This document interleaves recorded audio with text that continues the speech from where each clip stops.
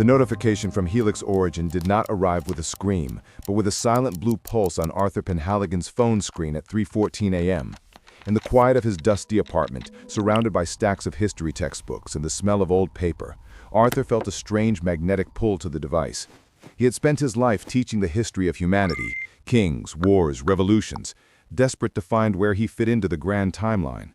He expected the results to tell him he was 40% British, perhaps a little Scandinavian. He expected the mundane. He unlocked the screen. The pie chart was almost entirely a comforting shade of blue, 98% Homo sapiens. But there was a sliver of black, a void in the data. The label read, 2% sequence gap, origin, unknown, celestial. Arthur stared. He didn't feel fear initially. He felt recognition. It was as if a locked door in the basement of his DNA had suddenly been thrown open. The text at the bottom of the email was not a standard disclaimer, but a trigger phrase, "Welcome home, traveler." At that precise moment, the air in the room felt suddenly too thin, too oxygen-rich. His lungs burned.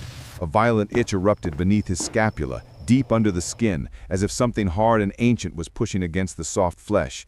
He stumbled to the kitchen, gasping, but water wasn't what he needed. His hand trembled as it brushed against the cast-iron skillet on the stove. He didn't pull away. He gripped it. The cold, heavy iron felt delicious against his palm. He lifted the metal to his lips, his teeth aching with a sudden terrible need to grind something harder than bone. The history teacher was gone. The dormant seed had sprouted. The morning sun did not bring warmth. It brought weight. Arthur Penhaligon woke up 3 hours before his alarm, his body rigid, vibrating with a hum that seemed to originate from the marrow of his bones. He lay in his bed, staring at the ceiling fan cutting through the stagnant air of his apartment. The rhythmic whoosh, whoosh of the blades usually lulled him, but today it sounded aggressive. It sounded like a countdown. He swung his legs out of bed and planted his feet on the wooden floor. He expected the usual morning stiffness of a man in his 40s, the creak of a knee, the ache in the lower back. Instead, the wood floor groaned under him. He felt heavy, incredibly heavy. It was as if the gravity of the earth had doubled overnight, pulling him down toward the core. But his muscles did not buckle. They felt coiled, pressurized, surging with a kinetic potential he had never possessed. Arthur walked to the bathroom. He gripped the porcelain sink, and a spiderweb fracture appeared instantly under his thumb. He stared at the crack, then at his hand. There was no pain. His skin looked paler, stripped of its usual pink undertone, taking on the matte alabaster quality of polished stone. "Just stress," he whispered. His voice sounded wrong in his own ears, too deep, resonating in his chest cavity like a cello played in an empty hall. Just the results, psychosomatic. He tried to go through the motions of humanity. He showered, but the water felt abrasive, like falling sand. He dressed, but the cotton shirt felt rough, like steel wool against his sensitive epidermis. He made coffee, but the smell of the roasted beans, a scent he had loved for 20 years, now smelled like burning refuse. It triggered a wave of nausea so violent that he had to grip the counter to stay upright. He poured the coffee down the drain. He didn't want liquid. He wanted mass. He wanted density. Arthur drove to the high school where he taught history. The commute was a blur of sensory overload. The red of the traffic lights was too vivid, burning after images into his retinas. The sound of other cars was a chaotic frequency that made his teeth ache. When he finally walked into his classroom, the sanctuary of maps and timelines, he felt like an astronaut who had taken off his helmet on the wrong planet. "Mr. Penhaligon?" Arthur snapped his head up. Sarah, a student in the front row, was looking at him with concern. The class had started 5 minutes ago. He hadn't realized he was just standing there, staring at the blackboard. "The Industrial Revolution," Arthur said. The words tasted like ash. "Iron, steel, coal." He picked up a piece of chalk. The texture of the calcium carbonate against his fingertips sent a jolt of electricity up his arm. It was a pleasant sensation, the first pleasant thing he had felt all day. It felt familiar. It felt like nutrition. He turned to the board to write a date, but his hand wouldn't move. The chalk crumbled in his grip. He looked at the white dust coating his palm. Without thinking, bypassing all social logic and human conditioning, Arthur raised his hand to his mouth. He licked the chalk dust. It was dry, powdery, and bland to a human palate, but to Arthur it was an explosion of relief. It silenced the humming in his bones for a microsecond. "Mr. Penhaligon?" Sarah asked again, her voice trembling slightly. "You're bleeding!" Arthur looked at his hand. He wasn't bleeding red. A thick, clear fluid, viscous like glycerin, was oozing from where his fingernail had dug too deep into his palm. He quickly wiped it on his trousers, hiding the evidence. "I'm fine," he lied. "Migraine. Read Chapter 4. Silence, please." He sat behind his desk, trembling. He wasn't sick. He knew that now. Sickness was a subtraction of health. This felt like an addition. Something was being built inside him, cell by cell, restructuring the architecture of his biology. Lunch was the breaking point. He sat in the faculty lounge surrounded by colleagues eating salads and sandwiches. The smell of the vinaigrette was pungent, acidic, offensive. He looked at his own lunch, a ham sandwich wrapped in foil. He unwrapped it. The bread looked like sponge. The meat looked like dead tissue. It was repulsively organic. His eyes drifted to the aluminum foil balled up in his hand. The crinkles caught the fluorescent light. It looked beautiful. It looked clean. Arthur looked around. No one was watching. They were too busy complaining about the budget cuts. Slowly, stealthily, Arthur tore off a small corner of the aluminum foil. He placed the metal on his tongue. The reaction was immediate. His salivary glands flooded. His teeth, which had been aching with a dull throb all morning, clamped down on the metal. He didn't just chew it, he pulverized it. The metal sheared and folded, and he swallowed it. It didn't hurt his throat. It felt like a missing puzzle piece sliding into place. He ate the entire sheet of foil. Then he ate the staples from the stack of papers on his desk. By the time he got home that evening, the hunger had mutated into something specific. He didn't want food. He wanted the building blocks of a planet. He stripped off his clothes, leaving them in a pile by the door. The air in his apartment was cold. He had left the window open, but he felt feverishly hot. He walked to the full-length mirror in the hallway. The transformation was no longer subtle. Along his spine, the skin had darkened and raised. He twisted his neck to see. It wasn't a rash, it was a ridge. A series of interlocking plates, hexagonal in shape, had begun to push through the dermis. They were dark gray, almost black, with a faint iridescence that shimmered like oil on water. He reached back and tapped one with his fingernail. Click. It sounded like tapping a gemstone. Arthur gasped, backing away from the mirror. He stumbled into his small indoor garden. He fell to his knees on the rug. The smell of the potting soil, rich, damp, full of minerals, hit him. He dug his hands into the pot of a ficus plant. The dirt felt electric. He brought a handful of the black earth to his face. He could smell the iron in it, the traces of magnesium, the silica. Origin, unknown. The words from the email flashed in his mind. Arthur realized then that he wasn't dying. He was starving. He had been starving for 40 years trying to survive on a diet meant for soft, squishy mammals when his body was designed to process the crust of a world much harder, much older than this one. He shoved the soil into his mouth. He chewed, the grit grinding against his molars, and swallowed. A wave of euphoria washed over him, stronger than any drug. His vision sharpened. The darkness of the room was not dark anymore. It was a spectrum of violet and gray. He could hear the heartbeat of the neighbor downstairs. He could hear the water moving in the pipes behind the walls. He was becoming something else. He was shedding the soft costume of Arthur Penhaligon. As he sat there in the dark, his mouth stained with earth, the phone on the table lit up again. Another notification from Helix Origin. He didn't need to read it to know what it said. He could feel the connection now, a tether pulling him toward a specific coordinate in the city. Arthur stood up. The soil fell from his lips. He He looked at his hands. The fingers looked longer, the knuckles more pronounced. He didn't feel fear anymore. The fear belonged to the human part of him, and that part was rapidly going quiet. He felt only the hunger and the need to find the others. The facility did not appear on any public map of Seattle. To the casual observer, the gray windowless building in the industrial district was simply a data storage center for a mid-tier logistics company. In a way, that was true. They were storing data, but the data was not binary code. It was biological. Dr. Aris sat in the center of the control room, bathed in the sterile, Arctic blue glow of a wall of monitors. The room was kept at a precise 50 degrees Fahrenheit. The cold was necessary, not for the machines, but for the samples. She took a sip of lukewarm tea, her eyes scanning the scrolling streams of algorithms on the center screen. Her badge didn't say Doctor. It simply read Custodian Level 4.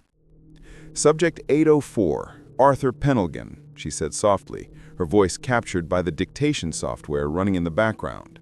Status check, Day 4 of Awakening. On the screen, a three-dimensional render of Arthur's body rotated slowly. It wasn't a standard MRI. It was a projection based on the real-time feedback from the biometric sensors in the smartwatch Arthur had worn for 3 years. He thought it tracked his steps and heart rate. In reality, it was tracking the structural density of his marrow. Calorie intake has ceased. Subject has begun geophasic and metallophasic consumption behaviors. Integration of silicate materials into the epidermal layer is accelerated. She leaned forward, a flicker of genuine professional excitement breaking her stoic mask. Remarkable, she whispered. Usually, they died by this point. Aris had watched over 30 subjects in the last decade. The helix origin tests were sent out to millions, a wide net cast into the ocean of humanity to find the dormant seeds left behind eons ago. Most people were just people, 100% terrestrial. But occasionally, the algorithm flagged a sequence gap, a sleeper. The problem was the rejection. The human body, fragile and jealous, usually fought the awakening. The immune system would attack the transforming cells, leading to fever, organ failure, and death. They called it spontaneous genetic collapse. To the police, it looked like a sudden, aggressive cancer. But Arthur was accepting it. His human biology wasn't fighting the invader. It was surrendering. It was bowing down to the superior code. Aris pulled up a secondary window. It showed the history of the unknown origin sequence. It wasn't alien in the way pop culture understood it. It wasn't a little gray man from a flying saucer. It was something much older. It was a genetic code designed for the void, for high-pressure environments, for survival in the deep silence between stars.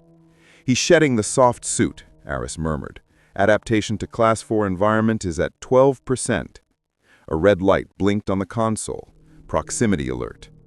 Aris tapped the screen. A map of the city appeared. A solitary blue dot was moving.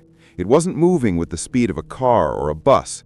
It was moving across the city grid in a straight line, cutting through alleys, over fences, ignoring the designated paths of civilization. He's mobile, Aris said, her fingers flying across the keyboard. She had expected this. The welcome home email wasn't just a greeting. It contained a subsonic frequency embedded in the audio file attached to the message. Humans couldn't hear it, but the thing inside Arthur could. It acted as a homing beacon, a lighthouse calling the ship back to the harbor. Aris stood up and walked to the glass wall overlooking the containment bay below. It was a massive, circular room, empty save for a single complex apparatus in the center, a hyperbaric chamber designed to simulate the crushing gravity of a super-Earth. She wasn't afraid of Arthur. She felt a profound sense of duty. Her family had guarded the bloodlines for generations, waiting for the time when the stars would align correctly and the dormant architects could be woken up to finish their work. She picked up a phone on the wall. "Security," she said, her voice calm. "Perimeter breach expected within an hour. Do not engage. Repeat, do not engage. Lethal force is prohibited. You cannot hurt him with lead bullets anyway, and I don't want you to irritate him." She hung up. Aris looked back at the screen. The biometric readings were spiking. Arthur's heart rate was dropping to 20 beats per minute, but his blood pressure was skyrocketing. He was turning into a hydraulic machine. She felt a pang of pity for the man Arthur used to be, the history teacher who loved Earl Grey tea and dusty books. That man was effectively dead. His memories were being overwritten, archived into a subconscious folder to make room for instinctual data that was millions of years old. Log entry 804 Delta. The chrysalis phase is concluding. The subject is seeking the extraction point. Unlike previous failures, the subject exhibits no psychological distress regarding the loss of humanity. He is eager. She paused, watching the pulse of the blue light. It appears the human condition was never a good fit for him. He isn't becoming a monster, computer. He is simply taking off a mask that was too tight. Aris smoothed her white coat. She checked the airlock controls. She turned off the lights in the control room, leaving only the blue glow of the monitors. She wanted the environment to be soothing for him. "Come inside, Arthur. Let's see what you really look like." The building was silent, but deep beneath the concrete floor, the heavy machinery of the containment chamber began to spin up, creating a low, thrumming vibration that matched the frequency singing in Arthur's blood. The reunion was imminent. Arthur Penhaligon's apartment had become a refrigerator. He had turned the thermostat off 2 days ago. The windows were thrown wide open, inviting the bite and Seattle wind to scour the rooms. For a human, the temperature was hypothermic. For Arthur, it was the first time he had felt comfortable in 40 years. The heat generated by his metabolism was immense, a nuclear furnace burning in his chest, requiring the external cold to keep his core stable. He stood in the center of his living room. The furniture, the beige sofa, the bookshelves, the television, looked like artifacts from a museum exhibit about a primitive culture. They were objects of soft comfort, designed for soft bodies. He had no use for them anymore. Arthur wasn't wearing a shirt. He couldn't. The friction of fabric against his back had become unbearable. He moved to the corner of the room, where the rough brick of the fireplace was exposed. He turned his back to the masonry and leaned against it. He pushed. He ground his spine against the abrasive brick, seeking friction, seeking release. The itch was maddening. It wasn't on his skin, it was under it. It was the sensation of a suit that had become 3 sizes too small. With a low, guttural groan that vibrated in his chest, he arched his back. Crack! The sound was wet and tearing, like a heavy canvas ripping apart. Arthur froze. He waited for the pain.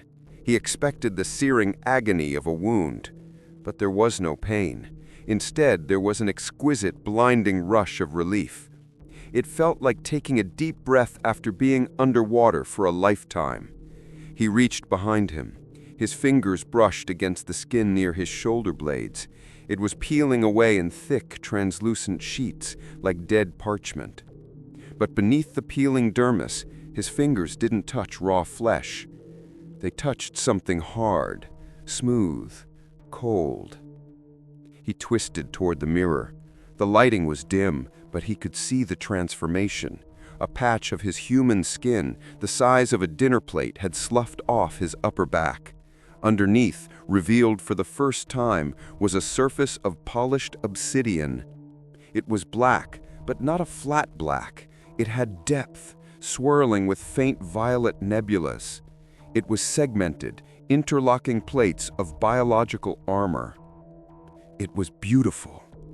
Chitin, Arthur whispered, the word feeling strange on his changing tongue. Exoskeleton. He wasn't sick. He was hatching.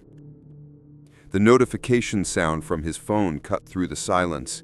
He didn't need to look at it. The digital chirp was just a trigger for the biological signal that was now screaming in his head. A compass had been activated in his pineal gland. It pulled him north-northeast. Helix Origin. The name didn't mean a corporation to him anymore. It meant the nest. Arthur grabbed a heavy trench coat from the rack. He didn't want to cover himself, but the instinct to remain hidden was still programmed into his remaining human synapses. Camouflage is survival, his mind whispered. He draped the coat over his shoulders, the heavy wool hiding the magnificent, terrifying obsidian plates growing across his spine. He walked out the door. He didn't lock it. He knew, with absolute certainty, that he would never return to apartment 4B. The city at night was different now. As Arthur walked down the street, his senses painted a new map of reality. He didn't just see the streetlights, he saw the flow of electricity humming through the cables underground. He didn't just hear the distant traffic, he felt the vibration of tires on asphalt through the soles of his boots. He moved with a fluid, predatory grace. The heavy, plodding gait of the history teacher was gone. His knees bent at a slightly sharper angle. His center of gravity was lower. He navigated the cracked sidewalks without looking down. A group of young men were standing on a corner laughing, loud and obnoxious. In his past life, Arthur would have crossed the street, head down, afraid of confrontation. Now he walked straight toward them. As he passed, he didn't look at them. He simply existed near them. The laughter stopped abruptly. The men went silent. They stepped back, pressing themselves against the brick wall, their eyes wide, primal fear triggering in their hindbrains. They didn't know what Arthur was, but their instinct screamed that a predator had just walked by. An apex predator. Arthur ignored them. They were insignificant. Biomass. He continued his march, the pull of the signal getting stronger. It led him away from the residential district, past the flickering neon of the commercial strip, and into the desolate grid of the industrial zone. The air here was thick with the smell of rust and diesel. To Arthur, it smelled like spice. He stopped in front of a chain-link fence topped with razor wire. The gate was locked. The facility lay beyond, a gray monolithic block of concrete without windows. Helix Origin. Arthur looked at the fence. It was 12 feet high. He didn't look for a hole. He didn't look for a weakness. He simply bent his legs and jumped. It was effortless. His thigh muscles, now dense with new fibers, propelled him upward with the force of a hydraulic piston. He cleared the razor wire by 2 feet, landing silently on the concrete on the other side. The impact should have shattered his ankles. Instead, his legs absorbed the shock perfectly, the new skeletal structure dispersing the energy. He stood up and faced the building. The front door was a heavy steel slab, secured with an electronic keypad. He stepped up to it. He could hear the hum of the servers inside. He could hear the heartbeat of the single occupant waiting for him. He raised his hand. His nail garnish was turned black and hard, tapering into points. He placed his palm against the steel. He didn't knock. "I am here," he said. The voice that came out of him was not human. It was a dual-tone resonance, a low bass frequency overlaid with a sharp, clicking discourse. It was the language of something that communicated through the vacuum of space. The electronic lock beeped green. The heavy steel door clicked and hissed, sliding slowly open. Cool, sterile air rushed out to meet him. It smelled of ozone and antiseptic. Arthur stepped into the darkness of the corridor. He shed the trench coat, letting it fall to the floor. It was the final piece of Arthur Penhaligon he would ever leave behind. He walked into the light, the obsidian on his back gleaming, ready to meet the one who had called him home. The room beyond the steel door was vast, circular, and bathed in a low hum of active cooling systems. In the center stood a console that looked less like a computer and more like an altar. Dr. Aris stood there, waiting. She did not flinch when Arthur stepped into the light. He was massive now. The trench coat was gone, revealing the full extent of the change. His torso was encased in overlapping plates of black organic armor. His height had increased to nearly 7 feet, his joints articulating with a mechanical precision that unnerved the human eye. His face was the only thing that retained a ghost of Arthur Penhaligon. The eyes were still his, but the irises had expanded, swallowing the whites, turning into pools of liquid violet. "Welcome," Aris said. Her voice echoed in the sterile chamber. "You made excellent time." Arthur stopped 10 feet away from her. He looked at her, tilting his head with the curiosity of a scientist examining a microbe. "You are the Watcher," Arthur said. His voice was a deep, resonant vibration that seemed to come from the floor rather than from his throat. "I did," Aris replied. She tapped a sequence on the glass surface of the console. "I am the custodian of the lineage. My family has watched the servers for 300 years. We were beginning to think the code was corrupted. We thought that 2% was lost." Arthur stepped closer. The air around him felt heavy, charged with static. "What am I?" Aris looked up at him, her expression softening. "You are asking the wrong question, Arthur. You are asking what you are becoming. The truth is, you are finally remembering what you are." She pressed the final key. The room plunged into darkness. Suddenly, a hologram sprang to life in the center of the room, filling the air between them. It was a 3-dimensional map of the galaxy. It spun slowly, millions of stars drifting like dust motes. "Humanity," Aris began, her voice taking on the cadence of a lecturer, "arrogantly assumes it is the pinnacle of evolution on this rock. They believe they climbed out of the ocean and built skyscrapers." She pointed to a specific cluster of stars near the edge of the projection. "But the fossil record has gaps. The genetic sequence has gaps. That is where we hid you." The hologram zoomed in. A planet appeared. It was dark, shrouded in thick, turbulent clouds, orbited by 2 fractured moons. It was a high-gravity world, a harsh world. "This is Oryx 4, Aris said.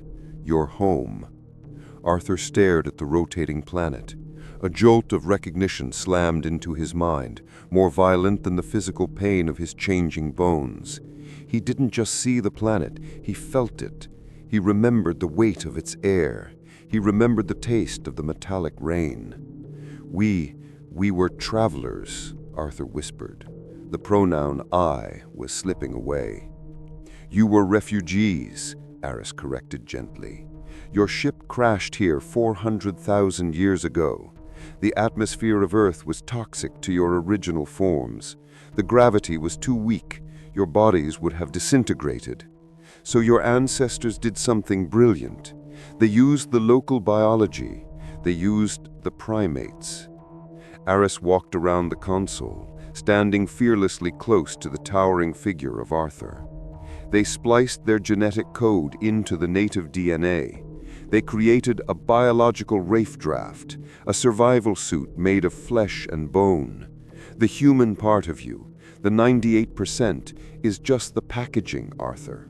It's the soft foam padding designed to protect the 2% cargo until the environment could be simulated, until the technology existed to wake you up. Arthur looked at his hands, the obsidian claws, the hardened skin. "The human," he said, "implies a mask." "Yes," Aris nodded. "Arthur Penhaligon, the history teacher, was a construct, a personality subroutine generated to navigate human society. He was a disguise so perfect, even he didn't know he was wearing it." Arthur closed his eyes. He tried to summon a defense. He tried to think of his mother, of his childhood home in Oregon, of the smell of old books. He wanted to feel sadness. He wanted to feel rage at being used. But the memories were fading. They were like watercolor paintings left out in the rain. The face of his mother was blurring, losing its emotional weight. The passion for teaching history was dissolving, revealed to be nothing more than a subconscious obsession with time and lineage. "I can't remember his middle name," Arthur said. He referred to himself in the third person now. The data is being overwritten, Aris explained clinically. The hard drive is formatting itself for the original operating system. You don't need those memories where you are going.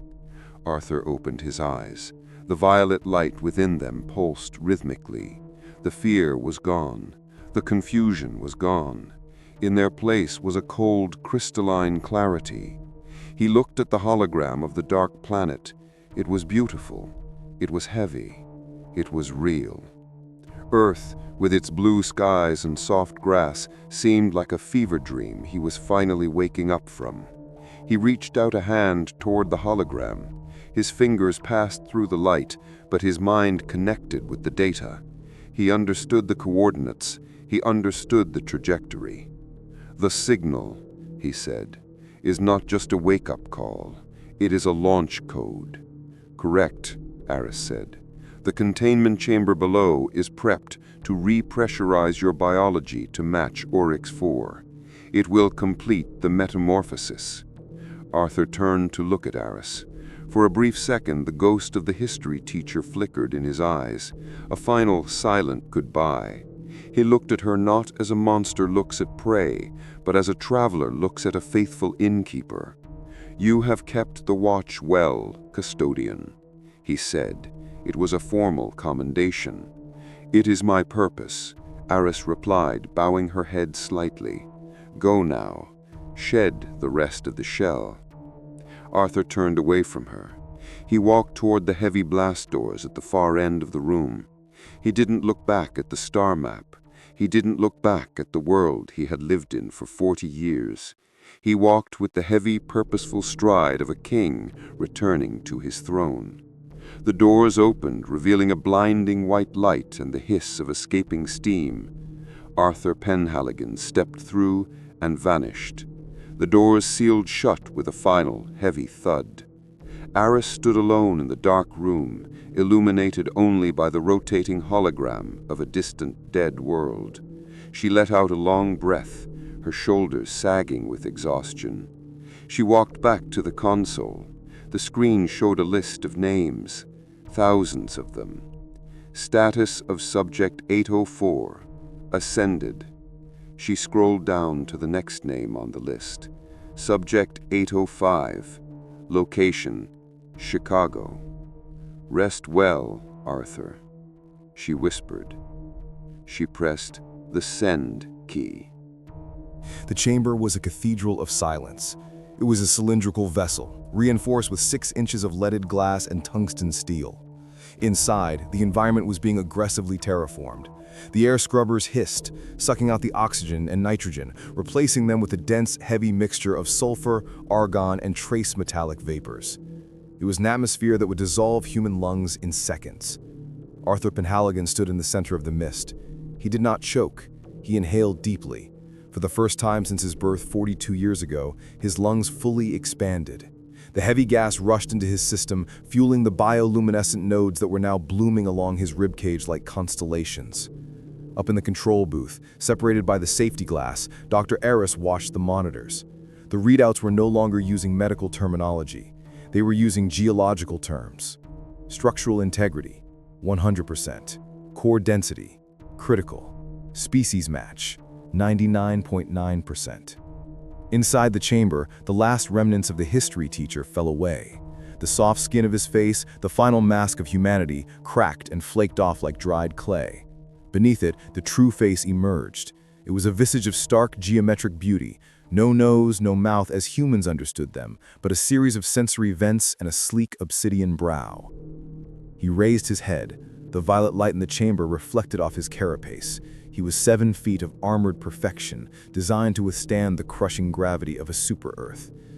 He looked at his hands. They were powerful claws, capable of tearing through the hull of a starship. He clenched them, feeling the immense power surging through his nervous system. The memories of grading papers, of paying taxes, of rush-hour traffic, they were gone. They were deleted data, cleared to make room for the star charts. Arthur, or the entity that had been Arthur, turned slowly to face the glass. He saw Dr. Aris. He saw the small, fragile mammal standing in the safety of her oxygen-rich cage. He felt no malice. He felt a distant, cold gratitude. She was the gardener who had watered the seed. He raised one heavy, armored hand and pressed it against the glass. Ton. The vibration shook the entire room. It wasn't an attack.